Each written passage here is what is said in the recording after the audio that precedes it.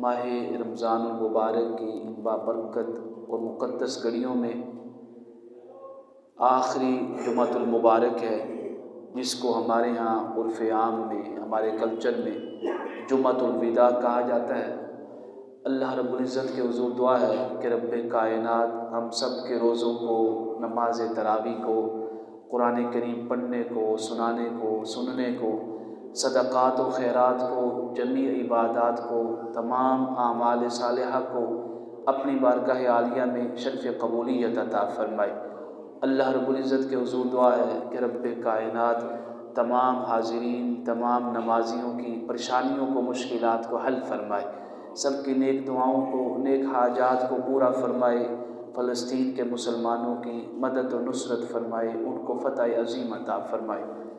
آج کے اس جمعۃ الوداع میں، ان بابرکت گھڑیوں میں، ان مقدس ساعات میں کچھ باتیں قرآن کریم کی عظمت کے حوالے سے، قرآن کریم کی شان کے حوالے سے، اور کچھ مسائل ہوں گے فطرانے کے بارے میں، اور ماہ رمضان المبارک کے اندر اگر کچھ کمی کوتاہی جو انسان ہونے کے ناطے رہ جاتی ہے، ایک بشر ہونے کے ناطے ہو جاتی ہے کمی اور کوتاہی، اس کو اللہ رب العزت کے حضور کیسے معاف کروایا جا سکتا ہے، ہمارے اوپر کیا فریضہ ہے، ذمہ داری ہے۔ جو آیت مبارکہ میں نے آپ کے سامنے تلاوت کی ہے، اس میں اللہ رب العزت نے 3 لوگوں کی شان کو بیان فرمایا ان الذین یتلون، بے شک وہ لوگ جو قرآن پاک کی تلاوت کرتے رہتے ہیں، قرآن پاک پڑھتے رہتے ہیں، قرآن پاک سناتے رہتے ہیں، اور اس کے اندر تلاوت کرنے والوں میں وہ لوگ بھی آ جائیں گے جو قرآن پاک سنتے ہیں، تلاوت کرنے والے بھی اور سننے والے بھی۔ فرمایا بے شک جو لوگ قرآن پاک پڑھتے ہیں اور قرآن پاک کو سنتے ہیں، نمبر 1۔ نمبر 2 فرمایا وَأَقَامُوا الصَّلَاةَ، اور نماز پڑھتے ہیں، یعنی عادتاً نمازی، ریگولر نمازی ہیں، صرف نمازی نہیں ہے۔ فرمایا وَأَقَامُوا الصَّلَاةَ، اس نماز کو اپنی سیرت میں، اپنے کردار میں، اپنے اعمال میں قائم بھی کرتے ہیں۔ جو لوگ ان کو دیکھتے ہیں یا ان سے ملاقات کرتے ہیں یا ان کے ساتھ معاملات کرتے ہیں تو وہ ان کی گواہی دیتے ہیں کہ یہ واقعی نمازی ہے۔ تیسرا شخص کون ہے؟ فرمایا وَأَنفَقُوا مِمَّا رَزَقْنَاهُمْ سِرًّا وَعَلَانِيَّةً، تیسرا وہ کاروباری شخص ہے، صاحب مال، صاحب دولت شخص ہے، صاحب استطاعت شخص ہے۔ فرمایا جو اللہ کی راہ میں خرچ کرتا ہے، چاہے اس کا خرچ کرنا لوگوں کے سامنے وہ ظاہر کر کے کرتا ہو، چاہے وہ خفیہ طور پہ کرتا ہو کہ کسی کو پتہ نہ چلے۔ یہ جو 3 لوگ ہیں، قرآن پاک کی تلاوت کرنے والے، نماز کو اپنی سیرت میں، اپنے کردار میں، اپنے معاملات میں اور اپنی عادات میں قائم کرنے والے، اور تیسرا وہ شخص جو اپنے مال میں سے اللہ کی راہ میں خرچ کرتے ہیں، چاہے اعلانیہ خرچ کریں، چاہے چھپا کر خرچ کریں۔ فرمایا یہ وہ لوگ ہیں یرجون تجارتاً، جو ایسی تجارت کی خواہش رکھ سکتے ہیں، ایسی تجارت کی امید رکھ سکتے ہیں، یہ سوچ سکتے ہیں کہ یہ ایسی تجارت کر رہے ہیں لن تبور، جس تجارت کے اندر کسی قسم کا کوئی نقصان نہیں ہے، کسی قسم کا کوئی خسارہ نہیں ہے۔ یہ ایسی تجارت کریں گے کہ اس تجارت میں نفع ہی نفع ہے، لن تبور، کبھی نقصان ہو ہی نہیں سکتا۔ کیوں؟ تلاوت کرنے والا، نماز قائم کرنے والا اور اللہ کی راہ میں اپنا مال خرچ کرنے والا، یہ تینوں لوگ کس کے ساتھ تجارت کر رہے ہیں؟ اپنے رب کے ساتھ تجارت کر رہے ہیں۔ ہم میں سے ہر ایک کی خواہش ہوتی نہیں ہے کہ یار کوئی بڑا بزنس مین مل جائے، کوئی بڑا کاروباری شخص مل جائے، کوئی صاحب استطاعت بندہ مل جائے، اگر میں ماڑا بھی ہوں، کمزور بھی ہوں، اس کے ساتھ کاروبار کروں گا نا، اگر کبھی نقصان ہو بھی گیا تو وہ پورا کر لے گا۔ تو جو خالق اور مالک ہے، رب کائنات ہے، ہر شے اس کے قبضہ قدرت میں ہے، ہر شے کو وہی روزی عطا کرنے والا ہے۔ ایک بڑے بزنس مین، ایک بڑے کاروباری شخص کے ساتھ ہم تجارت کرنے کی خواہش تو رکھتے ہیں، بڑے منصب حاصل کرنے کی خواہش تو رکھتے ہیں۔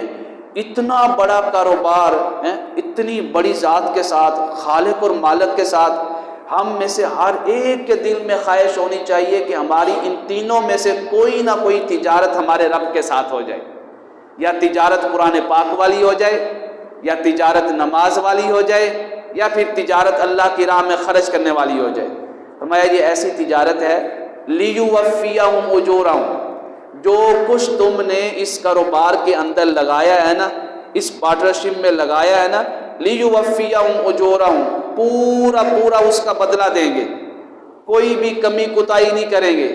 فرمایا پورا پورا بدلہ ہی نہیں دیں گے صرف، وَيَزِيدَهُم مِّن فَضْلِهِ، اور اپنی طرف سے اپنے فضل سے بونس بھی عطا کریں گے، اور بونس بھی ایسا ہوگا جس کی کوئی حد نہیں ہے، 5 6 7، حتیٰ کہ قرآن پاک نے فرمایا جو اللہ تعالیٰ کی طرف سے وہ اپنے فضل سے عطا فرمائے گا، مطلب کیا، سادہ زبان میں جو بونس عطا فرمائے گا، فرمایا یضاعف لمن یشاء، اس بونس کی کوئی حد نہیں ہوگی۔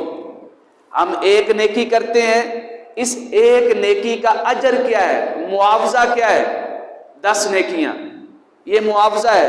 بونس کیا ہے، فرمایا اس کے بارے میں تمہیں کوئی معلوم نہیں ہے، ہاں بونس کی ایک قسم بتا دیتا ہوں، فرمایا نیکی کا اجر جو ہے وہ 10 نیکیاں ہیں، اور اگر بونس دیں تو 700 نیکیوں کے برابر ثواب عطا کریں گے، 700 نیکیاں۔ اس کے بعد پھر فرمایا 700 نیکیوں کے بعد بھی اپنے فضل سے ایسا عطا کریں گے جس کو تم شمار ہی نہیں کر سکتے، اپنی گنتی میں نہیں لا سکتے۔ تو جو رب کائنات نیکی کا اجر بھی دے، اس تجارت کا اجر بھی دے، بونس بھی دے، اپنے فضل سے ان گنت جو ہے لا تعداد جو ہے نیکیاں بھی عطا کرے، تو اس تجارت کو کرنے کے لیے کون شخص ہے جو خواہش نہیں رکھے گا، جو تمنا نہیں رکھے گا، جس کے دل کے اندر شوق پیدا نہ ہو۔ فرمایا لیوفیہم اجورہم ویزیدہم من فضلہ، بات کہاں پہ ختم کی، فرمایا واللہ یرزق من یشاء بغیر حساب، اللہ تعالیٰ بغیر حساب کے عطا فرماتا ہے۔ اب اس کے اندر کتنے لوگ ہیں، 3۔ اب ہم نے اپنے آپ کو، ماہ رمضان المبارک آتا ہی اس لیے کہ ہم اپنے آپ کو تیار کریں اگلے 11 مہینوں کے لیے، یا تو قرآن والوں میں شامل ہو جائیں یا نماز والوں میں شامل ہو جائیں، یہ کرنا ہے نماز کا، لیکن یا پھر کیا ہے، اللہ نے آپ کو مال دیا ہے، اس مال میں سے اللہ کی راہ میں خرچ کرنے والے بن جائیں۔ اس کو کہتے ہیں اسپیشلائزیشن۔ اس کا مطلب ہرگز یہ نہیں ہے کہ جو قرآن پاک پڑھتا ہے وہ نماز چھوڑ سکتا ہے، جو قرآن پاک پڑھتا ہے اگر اس کو اللہ تعالیٰ نے دیا ہے تو وہ اپنے مال میں سے اللہ کی راہ میں نہ خرچ کرے، نہ یہ مطلب نہیں ہے۔ اس کا مطلب ہے اسپیشلائزیشن، کہ لوگ آپ کو دیکھیں، آپ کے بارے میں گواہی دیں، اتنی اسپیشلائزیشن آپ کی ہونی چاہیے تینوں میں سے، کہ آپ کے بارے میں لوگ گواہی دیں کہ یہ قرآن پڑھنے والا ہے، آپ کے بارے میں لوگ گواہی دیں یار بڑا سچا اور پکا نمازی ہے، آپ کے بارے میں لوگ کسی نہ کسی کام کی گواہی دیں یار صاحب مال ہے، بڑا نیک اور صالح ہے، اللہ کی راہ میں خرچ بھی کرتا ہے۔ قرآن پاک کا مقصود اور مطلب یہ ہے، مفہوم یہ ہے، اس کا ہرگز معنی اور مفہوم یہ نہیں ہے کہ قرآن پڑھنے والا نماز چھوڑ دے، نماز پڑھنے والا قرآن چھوڑ دے، اور اللہ کی راہ میں خرچ کرنے والا تلاوت بھی چھوڑ دے، نماز بھی چھوڑ دے۔ اسی لیے حضور نبی کریم علیہ الصلوۃ والسلام نے فرمایا انتم شہداء اللہ فی الارض، تم زمین پر اللہ کے گواہ ہو، جو گواہی دو گے اللہ تعالیٰ اسی کے مطابق کسی کے حق میں فیصلہ کر دے گا۔ ہم میں سے اکثر لوگ جب آپس میں بیٹھے ہوتے ہیں، لوگوں سے کیا ڈرنا، نہیں پڑھتے نماز تو میرا کیا کر لے گا، نہیں مانتے تیری بات، نہیں سچ بولتے، نہیں رشوت چھوڑتے، جملے بولتے ہیں، لوگوں سے کیا ڈرنا ہم نے۔ حتیٰ کہ آقا کریم علیہ الصلوۃ والسلام فرمانے لوگوں سے ڈرو، لوگوں سے حیا کرو۔ اگر انہوں نے گواہی دے دی کہ یہ دنیا کے اندر رشوت لیتا تھا، انہوں نے گواہی دے دی کہ یہ دنیا کے اندر جھوٹ بولتا تھا، انہوں نے گواہی دے دی کہ اس نے دنیا کے اندر اللہ کی راہ میں مال خرچ نہیں کیا، تو حضور نبی کریم علیہ الصلوۃ والسلام نے فرمایا اس شخص کی گواہی اللہ تعالیٰ قبول فرما لے گا۔ کتنا خطرناک یہ جملہ ہمارے معاشرے کے اندر، حتیٰ کہ معروف حدیث پاک ہے، ایک جنازہ گزرا، آقا کریم علیہ الصلوۃ والسلام نے اس جنازے کو دیکھ کے فرمایا واجبت، واجب ہو گئی۔ تھوڑی دیر کے بعد دوسرا جنازہ گزرا، آقا کریم علیہ الصلوۃ والسلام نے فرمایا واجبت، واجب ہو گئی، یعنی لازمی ہو گئی، ضروری ہو گئی۔ صحابہ کرام نے عرض کیا یا رسول اللہ کیا شے واجب ہو گئی، اس میت کے لیے کیا شے ضروری ہوگی اور اس میت کے لیے کیا شے ضروری ہوگی؟ آقا کریم علیہ الصلوۃ والسلام نے فرمایا جو پہلا جنازہ گزرا تھا نا، تم لوگوں نے کہا کہ یہ نمازیں پڑھتا ہے پر کبھی کبھار جو ہے اس کی نماز چھوٹ جاتی ہے، لیکن لوگوں کے ساتھ اس کا معاملہ بڑا اچھا ہے، اس کے اخلاق بڑے اچھے ہیں، لین دین بڑا اچھا ہے۔ فرمایا جب تم لوگوں نے جب گواہی دی نا تو اللہ تعالیٰ نے تمہاری گواہی کی وجہ سے اس کے لیے اپنی جنت کو واجب اور ضروری قرار دے دیا ہے۔ یہ اس شخص کے لیے بڑی خوش نصیبی اور سعادت کی بات ہے جس کے بارے میں ایک بندہ بھی کہہ دے یہ بڑا نیک ہے۔ اگر وہ ریاکاری بھی کر رہا ہے نا، ریاکاری، اگر اس کی ریاکاری کسی کو معلوم نہیں ہے اللہ کے علاوہ، صرف اللہ کو معلوم ہے، تو اللہ تعالیٰ اتنا رحیم و کریم ہے، جس طرح اس نے دنیا میں اس کی ریاکاری پہ پردہ ڈالا ہے نا، قیامت کے دن بھی پردہ ڈال دے گا۔ اگر وہ بچنے کی خواہش کرتا ہے پر بچ نہیں پاتا ہے، جیسا کہ میں نے درس قرآن میں، خلاصہ قرآن میں جب قیامت کا منظر ہم نے بیان کیا، اس کے اندر جو حدیث پاک بیان فرمائی کہ بعض لوگوں کا حساب اتنا آسان ہوگا، اتنا آسان ہوگا، قیامت کے دن اللہ تعالیٰ ان کو بلائے گا۔ جب وہ اللہ تعالیٰ کے پاس آئیں گے، اس کی شان کے لائق اس کے قریب ہوں گے، ہر طرف سے نور کے پردے چھا جائیں گے۔ میدان حشر میں اربوں کھربوں کی مخلوقات کھڑی ہے، کوئی اس کو نہیں دیکھ پائے گا، اللہ تعالیٰ اس سے بات کرے گا، کلام کرے گا، فرمائے گا میرے بندے تو نے یہ گناہ کیا تھا نا دنیا میں، اعترف بذنبہ، حضور نبی کریم علیہ الصلوۃ والسلام نے فرمایا وہ اپنے گناہوں کا اعتراف کرے گا، ہاں میرے مولا مجھ سے یہ گناہ ہو گیا۔ اللہ فرمائے گا میرے بندے تو نے یہ گناہ کیا تھا نا، عرض کرے گا مولا ہاں مجھ سے گناہ ہو گیا، ہر گناہ کا اعتراف کرے گا۔ اس کے بعد اللہ رب العزت فرمائے گا جس طرح میں نے اس گناہ کے اوپر دنیا میں پردہ ڈالا تھا، آج میدان حشر میں بھی پردہ ڈال رہا ہوں، تیرا کوئی حساب و کتاب نہیں ہے، بس یہی حساب و کتاب تھا، جا میری جنت میں داخل ہو جا۔ یہ کون لوگ ہیں جو دوسروں کے عیبوں پہ پردہ ڈالتے ہیں، جو دوسروں کی خامیوں پہ پردہ ڈالتے ہیں؟ خامیوں پہ پردہ ڈالنا، عیبوں پہ پردہ ڈالنے کا مطلب یہ نہیں ہوتا کہ آپ خاموش ہو جائیں، آپ اصلاح نہ کریں۔ فرمایا وہ تنہائی میں اصلاح کرتے ہیں، اچھے طریقے سے اصلاح کرتے ہیں، لیکن لوگوں کے سامنے اس کے عیب کو بیان نہیں کرتے۔ ہمارے ہاں کیا ہو گیا، ہمارے معاشرے میں عکس ہو گئے، ہم کیا کرتے ہیں، اس کے سامنے بیان نہیں کرنا اس کا عیب، اس کی اصلاح نہیں کرنی ہے، ہم دوسرے تیسرے چوتھے پانچویں جس کے ساتھ کوئی تعلق بھی نہیں ہوتا اس کو بتا رہے ہوتے ہیں، یار وہ بندہ ایسا ہے، وہ بندہ ایسا ہے، وہ بندہ ایسا ہے۔ آپ مجھے بتائیں اس کے عیب بیان کرنے کا کوئی فائدہ ہوا آپ کو، یا اس کو کوئی فائدہ ہوا، یا ہمارے معاشرے کو کوئی فائدہ ہوا؟ اگر یہی کوئی ایک عیب ہم اس کے سامنے بیان کر دیتے اچھے طریقے سے، حسن اخلاق کے ساتھ، تو اس کی بھی اصلاح ہو جاتی، اور اس کی وجہ سے جن لوگوں کو نقصان پہنچ رہا تھا ان کا فائدہ بھی ہو جاتا۔ تو یہ تین لوگ ہیں۔ اس کے بعد کیا فرمایا، ایک اور مقام پہ اللہ تعالیٰ نے قرآن کریم کی شان کو بیان کرتے ہوئے فرمایا الذین آتیناہم الکتاب، جن کو کتاب دی گئی، جن کو قرآن کریم دیا گیا۔ یہ کتاب کن کو دی گئی؟ ہمیں دی گئی۔ یہ قرآن کریم کن کے لیے آیا؟ ہمارے لیے آیا۔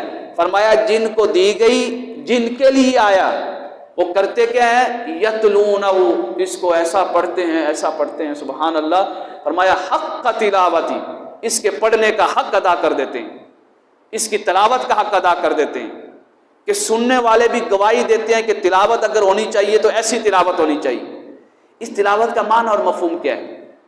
تلاوت کا پہلا معنی اور مفہوم یہ، اگر قرآن پاک کے ساتھ اپنے تعلق کو پختہ کرنا ہے، اس کا تلفظ بالکل صحیح ہو۔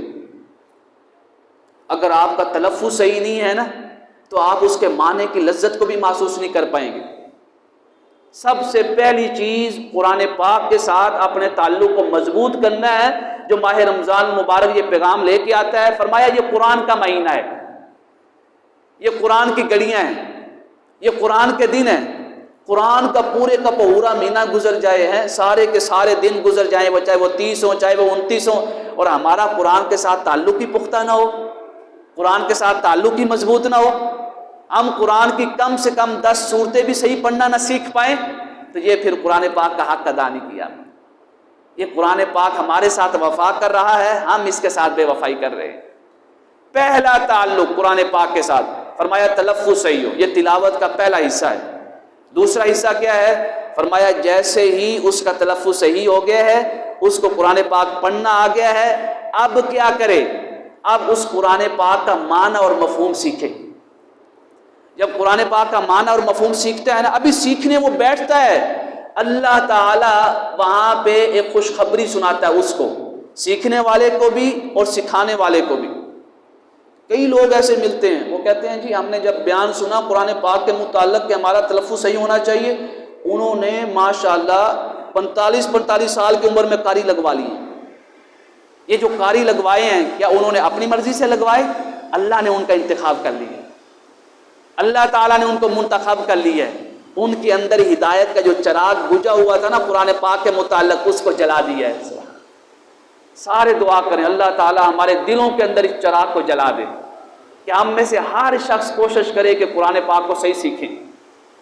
تو تلاوت کا دوسرا حصہ ہے، جب ہم سیکھنے بیٹھتے ہیں تو سکھانے والے اور سیکھنے والوں کے متعلق سورہ آل عمران میں سنیں، فرمایا ربانیین، جیسے یہ قرآن پاک سکھاتے ہیں یا سیکھتے ہیں، اللہ تعالیٰ ان کے لیے اعلان کرتا ہے کہ یہ رب والے بن گئے ہیں، یہ اللہ والے بن گئے ہیں۔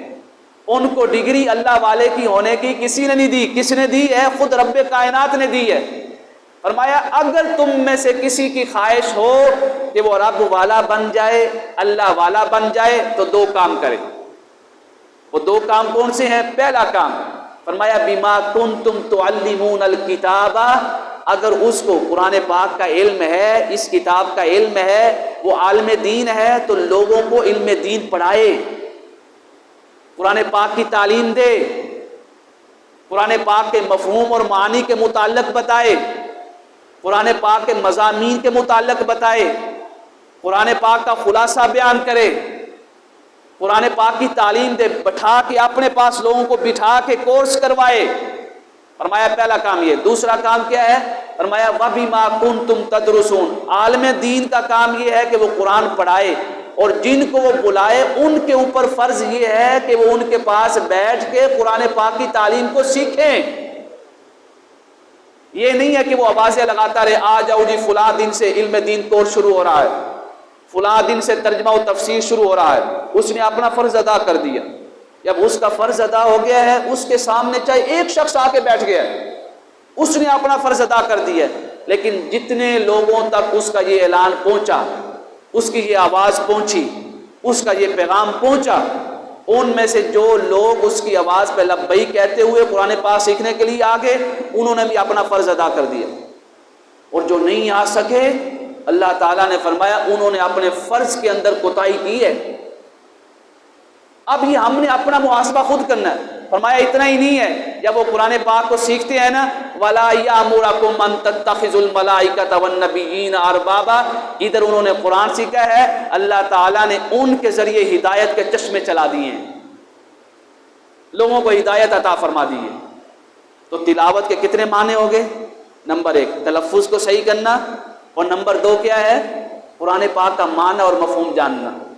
جب یہ چیز ہو جائے گی نا، آپ بشارت اور سن لیں۔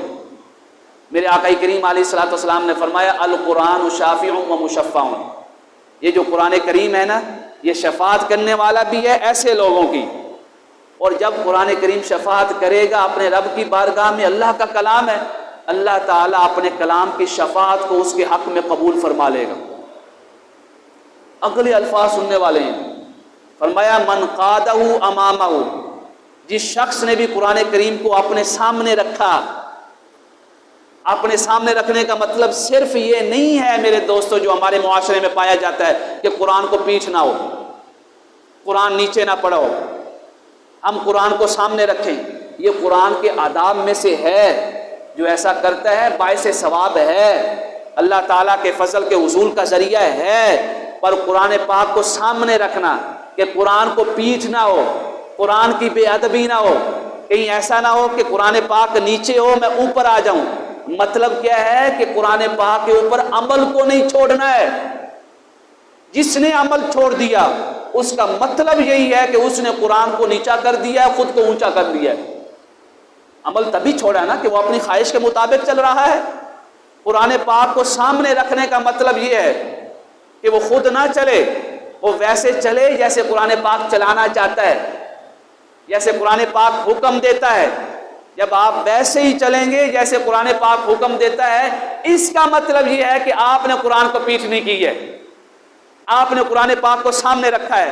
فرمایا من قادہ امامہ، اور فرمایا جعلہ من الجنہ، جس نے اس طرح قرآن پاک کا ادب کیا یہی قرآن پاک قیامت کے دن پیچھے پیچھے ہوگا اور اپنے قاری کو آگے آگے رکھ کے جنت میں داخل کر دے گا. اللہ اکبر. اور آگے آقا کریم علیہ الصلوۃ والسلام نے فرمایا من جعلہ خلفہ، جس نے دنیا کے اندر قرآن پاک کو پیچھے رکھا، ظاہری طور پہ پیچھے رکھا، پیٹھ کی، بے ادبی کی، کوئی احتیاط نہیں کی. ایک ہے مجبوری، رش بہت زیادہ ہے، لوگ قرآن پاک پڑھ رہے ہیں، بغیر پیٹھ کی ہم مسجد سے نکل نہیں سکتے، یہ مجبوری ہے. مجبوری کے اندر شریعت کے بہت سے احکام کیا ہو جاتے ہیں؟ ساقط ہو جاتے ہیں. اللہ تعالیٰ اجازت دے دیتا ہے. لیکن فرمایا جس نے پیچھے رکھا دنیا کے اندر، عمل میں پیچھے رکھا یا ظاہری طور پہ پیچھے رکھا، اللہ اکبر، فرمایا ساقہ الی النار، یہی قرآن ان کو دوزخ کے کنارے پہ لے جائے گا. یہ جو قرآن پاک ہمارے گھروں میں پڑھا ہے نا، ہم کیا سمجھتے ہیں؟ یہ خاموش کتاب ہے، یہ بول نہیں سکتی، ہمارے بارے میں گواہی نہیں دے سکتی. یہ قرآن پاک ہمارے معاشرے کے لوگوں بتاؤ کتنوں کے بارے میں گواہی دے گا کہ میں اس کے گھر میں غلاف کے اندر بند پڑا رہا. یہ قرآن پاک کتنے لوگوں کے خلاف گواہی دے گا کہ میں اس کے گھر کے اندر پڑا رہا، اس نے کبھی کھول کے نہیں دیکھا.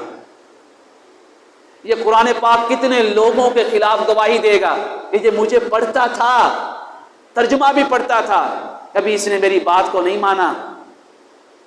آج اگر آپ میں سے کسی کی بات کو کوئی آپ کا ملازم نہ مانے، آپ کے گھر کا کوئی فرد نہ مانے، آپ کے اوپر کیا گزرتی ہے؟ غصہ آتا ہے یا نہیں آتا؟ آپ کی ایگو ہارٹ ہوتی ہے نہیں ہوتی؟ بالکل ہوتی ہے. جب آپ کی ایگو ہارٹ ہو سکتی ہے تو قرآن پاک کی ایگو نہیں ہو سکتی؟ اللہ تعالیٰ اس کتاب کو زبان عطا کرے گا کہ گواہی دے. میرے آقا کریم علیہ الصلوۃ والسلام نے فرمایا جس کے حق میں گواہی دے گا اللہ تعالیٰ اس کے لیے جنت لکھ دے گا، اور جس کے خلاف گواہی دے گا اس کے لیے دوزخ کا فیصلہ ہو جائے گا. آج بھی وقت ہے، دروازے سارے کھلے ہیں اللہ تعالیٰ کی بارگاہ سے، توبہ کے دروازے کھلے ہیں. آج بھی وقت ہے، اس قرآن کو اٹھا کے اپنے سینوں سے لگا لیں. یہ قرآن صرف اس لیے نہیں آیا تھا کہ جب ہم اپنی بیٹیوں کی رخصتی کریں تو ان کے سروں کے اوپر قرآن کا سایہ کریں. صرف ظاہری سایہ کے لیے نہیں آیا تھا. فرمایا اگر سایہ کرنا ہے نا تو حقیقی سایہ تو کر دو، قرآن کی تعلیم کا سایہ تو عطا کر دیتے، قرآن کے اوپر عمل کرنے کا سایہ تو عطا کر دیتے. یہ اس لیے قرآن نہیں آیا تھا صرف کہ جیسے ہی کوئی فوت ہو گیا ہے تو ہم سپارے تقسیم کر دیں، سارے سپارے پڑھنے بیٹھ جائیں. باعث ثواب ہے تلاوت، اس کی نفی نہیں کر رہا ہوں، پر یہ قرآن کا حقیقی مقصد نہیں ہے، یہ تو بطور ثواب ہے. قرآن کا حقیقی مقصد کیا ہے؟ فرمایا وہ جو قبر میں گیا ہے کیا اس کے پاس بھی قرآن ہے؟ کیا وہ قرآن کا کوئی معنی اور مفہوم جانتا ہے؟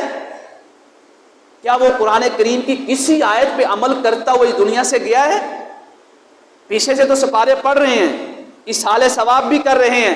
اس قبر والے سے تو پوچھیں کہ وہ اپنے ساتھ قرآن کو لے کے گئے جو ہم اس کے اصحال ثواب کے لیے جمع ہو کے بیٹھے ہیں. کیا ہمارے پاس قرآن موجود ہے ہمارے سینوں میں؟ حتیٰ کہ آقا کریم علیہ الصلوۃ والسلام نے فرمایا جس کے سینے میں قرآن پاک ہوگا کچھ بھی کلمات ہوں گے اس کو دوزخ کی آگ بھی نہیں جلائے گی. اللہ اکبر، اللہ اکبر. اور سینے کے اندر قرآن پاک کا ہونے کا مطلب کیا ہے؟ تلاوت بھی ہو اور عمل بھی ہو، یہ مطلب ہے. اس کے بعد آقا کریم علیہ الصلوۃ والسلام تشریف فرما تھے، اچانک باہر نکلے، اچانک چہرے کے اوپر مسکراہٹ ہے، سبحان اللہ، خوشی خوشی ہے. صحابہ اکرام کا مجمع عام ہے، مسجد نبوی شریف بھری ہوئی ہے. جو نبی کریم علیہ الصلوۃ والسلام باہر آئے، فرمایا ابشروا ابشروا ابشروا ابشروا، تمہارے لیے بشارت ہے، خوشخبری ہے، تمہارے لیے بشارت ہے، خوشخبری ہے، تمہارے لیے بشارت ہے، خوشخبری ہے. صحابہ کرام نے عرض کیا یا رسول اللہ کس بات کی بشارت ہے، کس بات کی خوشخبری ہے؟ حضور نے فرمایا الیس تشہدون ان لا الہ الا اللہ وانی رسول اللہ، کیا تم اس بات کی گواہی دیتے ہو کہ اللہ کے سوا کوئی معبود نہیں، میں محمد صلی اللہ علیہ وسلم اللہ کا رسول ہوں؟ تمام صحابہ کرام نے بیک زباں ہو کے گواہی دی۔ عرض کیا بلا یا رسول اللہ، کیوں نہیں، لا الہ الا اللہ محمد رسول اللہ۔ وہاں پہ آقا کریم علیہ الصلوۃ والسلام نے بشارت سنائی، خوشخبری۔ جو لوگ کہتے ہیں نا کہ ہماری دعائیں قبول نہیں ہوتی، اب سنیے گا، حضور نے فرمایا القرآن سبب، یہ جو قرآن ہے نا ایک رسی کی مانند ہے۔ جس طرح انسان ایک رسی کے ذریعے بلندی کی طرف جاتا ہے، گھر کی چھت کی طرف جاتا ہے، اور ایک رسی ہی کے ذریعے، اس ٹائم رسیاں ہوتی تھیں، سیڑھیاں تو نہیں ہوتی تھی، رسی ہی کے ذریعے گھر سے نیچے اترتا ہے، یعنی کسی کی طرف جانا ہے تو رسی کا استعمال کرتا ہے۔ آج کے دور میں اس کو سیڑھی کہہ لیں، نیچے آنا ہے تو رسی استعمال کرتا ہے۔ فرمایا القرآن سبب، یہ قرآن بھی جو ہے نا ایک رسی کا کام دیتا ہے۔ کیسے کام دیتا ہے؟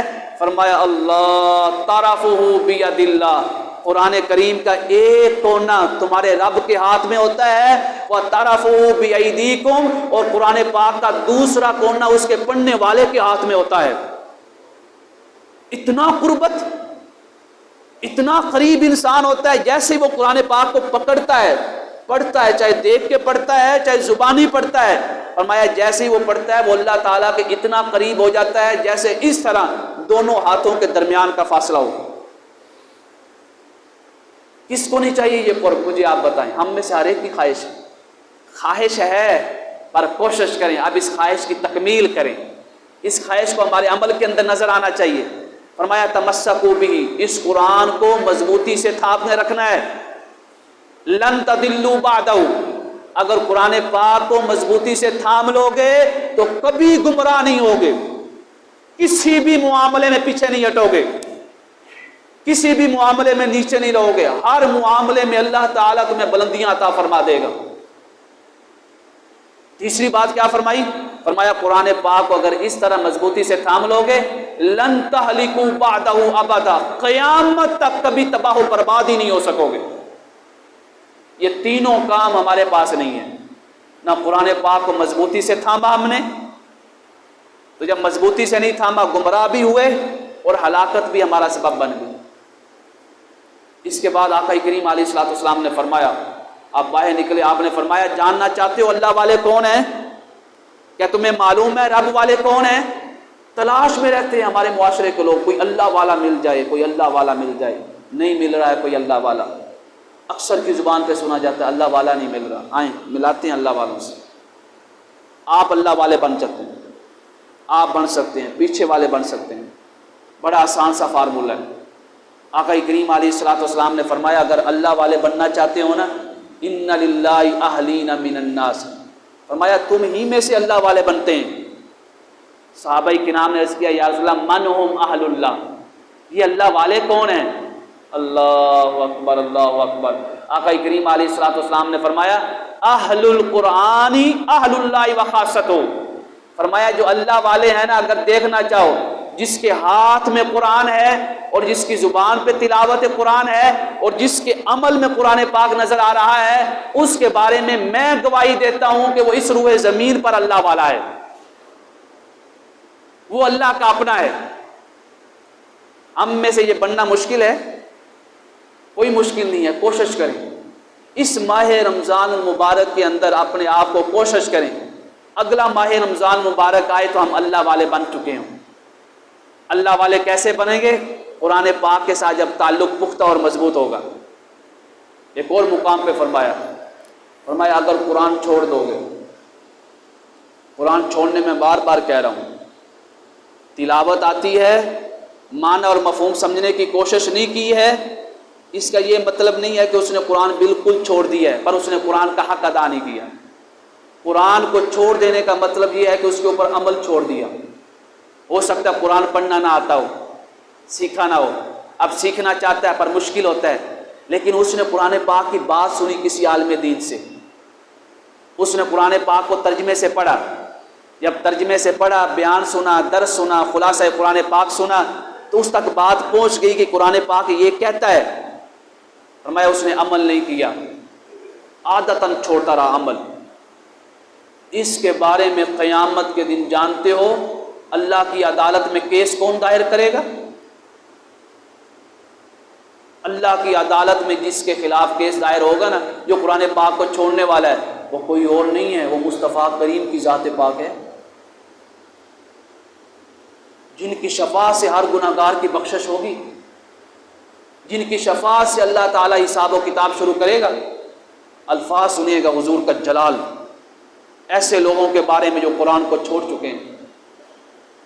کیا وجہ بنی کہ ماہ رمضان المبارک کا مہینہ آتا، آقا کریم علیہ الصلاۃ والسلام ماہ رمضان المبارک کے اندر سب سے زیادہ قرآن پاک کی تلاوت فرماتے تھے؟ کیا وجہ بنی کہ یہ سنت ہم سے چھوڑ گئی؟ ہم ویسے قرآن نہیں پڑھ سکتے تھے، ایک تراویحوں کے اندر قرآن پاک چل رہا تھا، ٹی وی ڈراموں کے اوپر بیٹھ کے اس کے خلاف بھی پراپگنڈا ہو رہا ہے،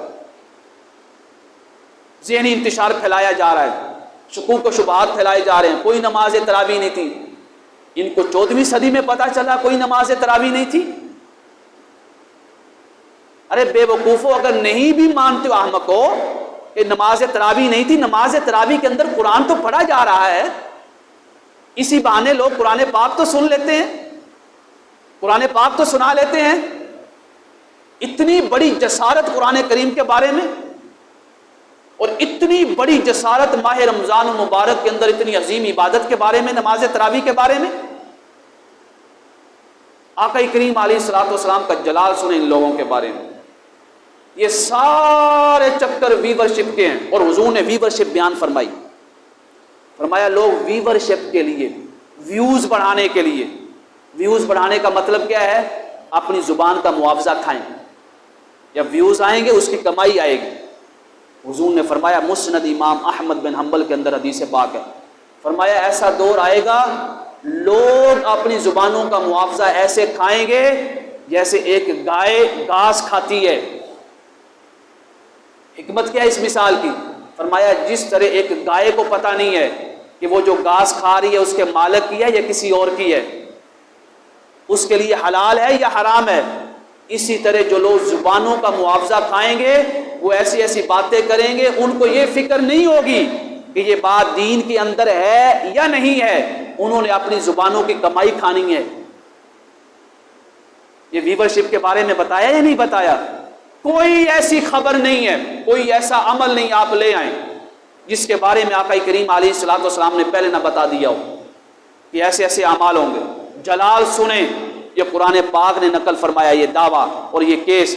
فرمایا وقال الرسول، رسول کریم کہیں گے، کس سے کہیں گے؟ یا رب، اے میرے رب، ان قومی، میری قوم نے، میری امت نے، اتخذوا ھذا القرآن مہجورا، اس قرآن کو چھوڑ دیا تھا، اس قرآن کو چھوڑ دیا۔ اور یہ کب کہیں گے؟ قیامت کے دن۔ فرمایا اس ٹائم کہیں گے تشقق السماء، آسمان پھٹ جائے گا، ونزل الملائکۃ تنزیلا، ہر شے زمین کے اوپر شفٹ کر دی جائے گی میدان حشر میں۔ سارے میدان حشر میں کھڑے ہیں، آقا کریم علیہ الصلوۃ والسلام فرما رہے ہیں ان لوگوں کے بارے میں جنہوں نے کبھی قرآن کے ساتھ تعلق کو مضبوط ہی نہیں کیا، پختہ ہی نہیں کیا، نہ قرآن کو پڑھا نہ سمجھا۔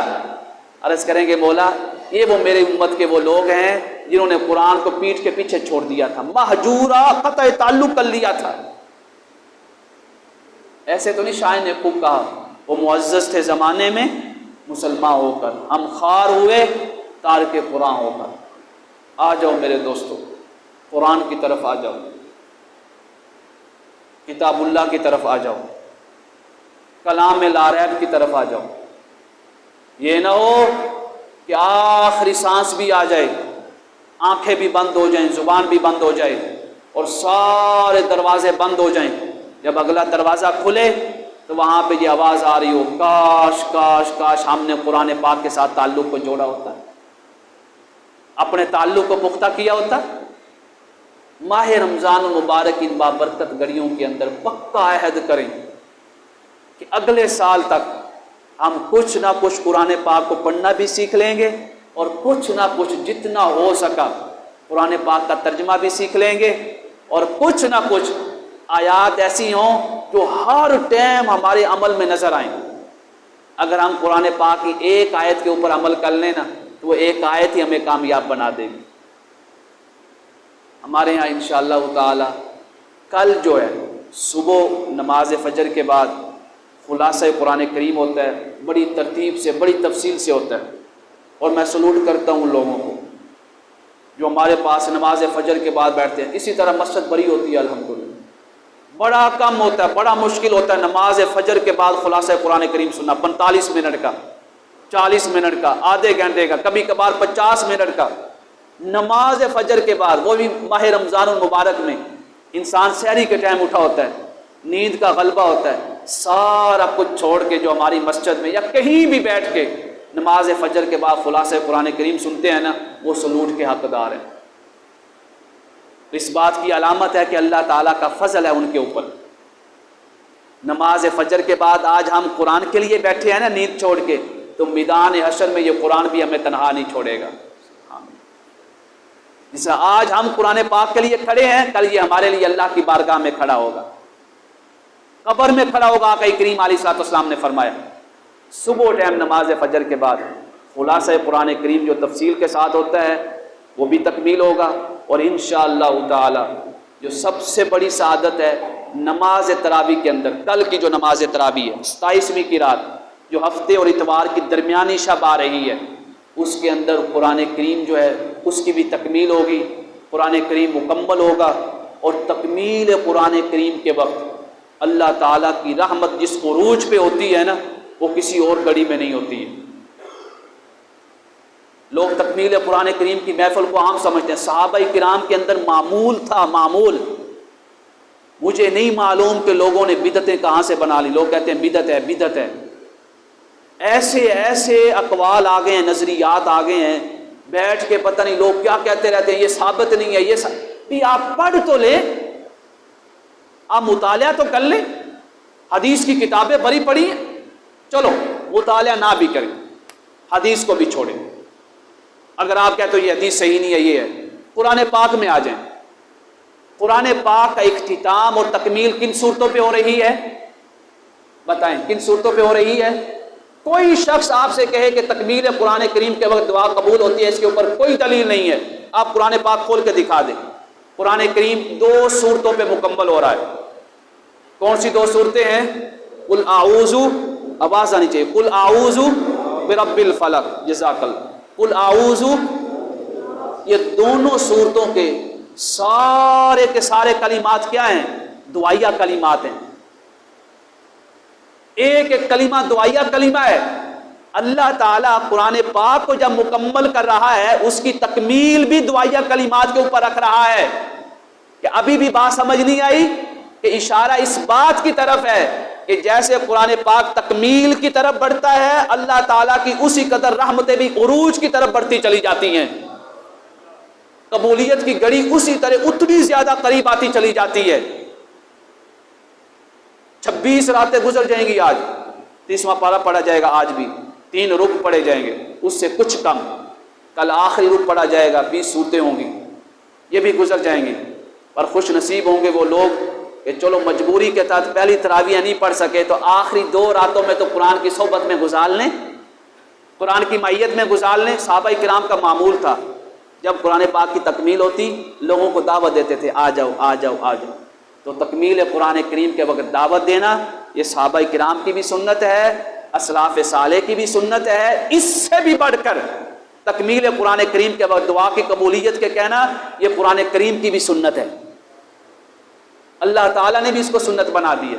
تو تمام احباب پوری تیاری کے ساتھ صبح ٹائم بھی شرکت کریں اور رات کو خصوصاً شرکت کریں تکمیل قرآن کریم میں۔